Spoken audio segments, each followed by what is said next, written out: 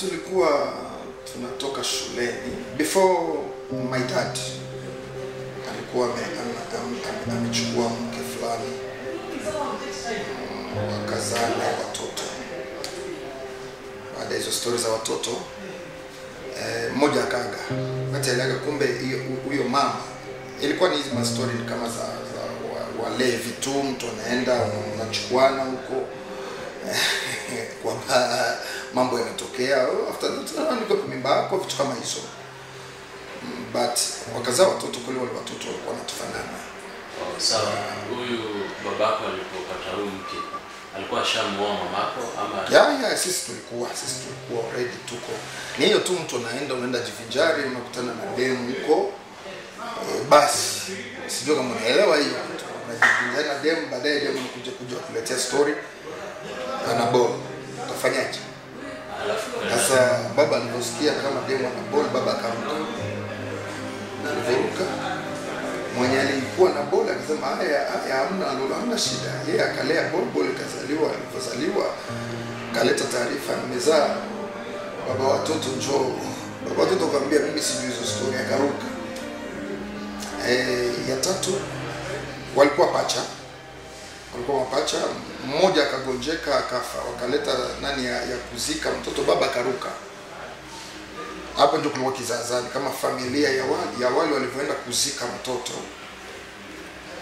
Wanasemanga watu wanaaga mwili. Babu ya huyo mtoto akaaga yule mjukuu wake, akasema mjukuu wangu naenda, lakini hata kama babako ameukataa kutoka mwanzo ya mimba yako mpaka jinsi unaaga, hamna shida, na wewe hutaenda mwenyewe, tutahakikisha haulali mwenyewe. Nilikuwa kana sister yangu mdogo wa 4. After 1 month ya huyo mtu wetu kuaga, yule akagonjeka akafa. Baadaye wenye walikuwa huko kwa kaburi ndio walikuja wakatupa story, wakapatia wazazi wangu story kama mambo ambayo imeongelewa kwa kaburi si nzuri. Wenye walikuwa wanajua hizo story. Sisi tukajua unajua sometimes unaweza ukapuuzia kitu, kumbe kiko on process. So be careful na kitu kibaya ambacho utakisikia, lazima kukifuatilia, kujua kama ni ukweli kwa maisha yako, yasije yakakupata. Na kama kuna jinsi ya kutengeneza uhusiano vizuri, tengeneza kusudi yasikupate. Sisi tulipuuzia, wazazi mimi sijui, wazazi wakapuuzia. And after that nilikuwa natoka shule ya remember, tulikuwa sababu kule Kongo kulikuwa hizo shule za watu wazoea sana boarding schools. Wanazoea kuna watoto wenye wanasoma wanaingia saa 1, wanaanza saa 1 mpaka saa 6 kwa jioni. Mimi na wenzangu watoto jinsi wanaandaka, wanatoka schools, wanacheza, wana job tu ya watoto, mnamshana chini, mnalala, vitu kama hizo. Sasa ilipofika tumetoka kwa shuleni, tunafika nyumbani kitu kama saa 3 usiku, nikasikia mkono ni kama inaumia. Sasa mzazi akaniambia maybe ulicheza sana ukaanguka. Najua tu sasa mambo ulianguka tu. Wakanifanyia massage kidogo, ikashindikana. Sikulala siku hiyo. Kumbe walikuwa walishachilia vitu fulani.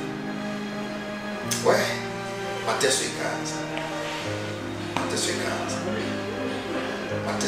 Nilifanya na mkono in short miaka 3 niliteseka nayo. Sasa hesabu kama uko mzima. Kama niko mzima. Sasa ilifika wakati mkono ilivyofura ikakuwa mkubwa kabisa. Sasa pale mambo ya shuleni ikakatiza kwanza. Tukaenda kuangalia madaktari, wakacheki mkono. Wakicheck kwa system, wanaangalia iko sawa, but mkono inafura, naumia. Ilibidi tuende operation, wakanifanyia operation. Sasa kwenye operation kulikuwa shida. Daktari alifanya operation ya mkono, akakata hii mishipa yote inashikilia, unaona yango inashika mkono, akaikata. Sasa kukawa hakuna tena communication ya hii kiganja na huko, ukakufa mpaka hapa. sababu wameharibu, hakuna tena communication. Hizo zote zilikuwa njama za shetani. Yule daktari alifanyiziwa uchunguzi mpaka akarudi shule tena. I remember. Alirudishwa shule. Sababu kulitokea sasa madaktari kutoka wazungu, kutoka Ulaya, wakakuja kwa hiyo hospitali, angalia mkono, wakaambia wazazi nao mwenye alifanya operation ya mtoto alimharibu. Wakafanya uchunguzi, wakafanyia ule doctor interview, mbona ulifanya operation yeye kwa mtoto. Ilibidi upasue tu mahali utoe uchafu ambao ulikuwa, lakini wewe umekata, yani umeharibu kwenye kustahili wewe ufanyie operation, ndio kwenye ule ndafanya operation. Jamaa wakamrudisha shule, akaenda kurudia shule. Mimi nikateseka. Kulikuwa na huyo mama sasa, akawa anatumanisha watu kusema na bado hajaona. Huyo kijana naye lazima ataenda. Tuliua mdogo wake.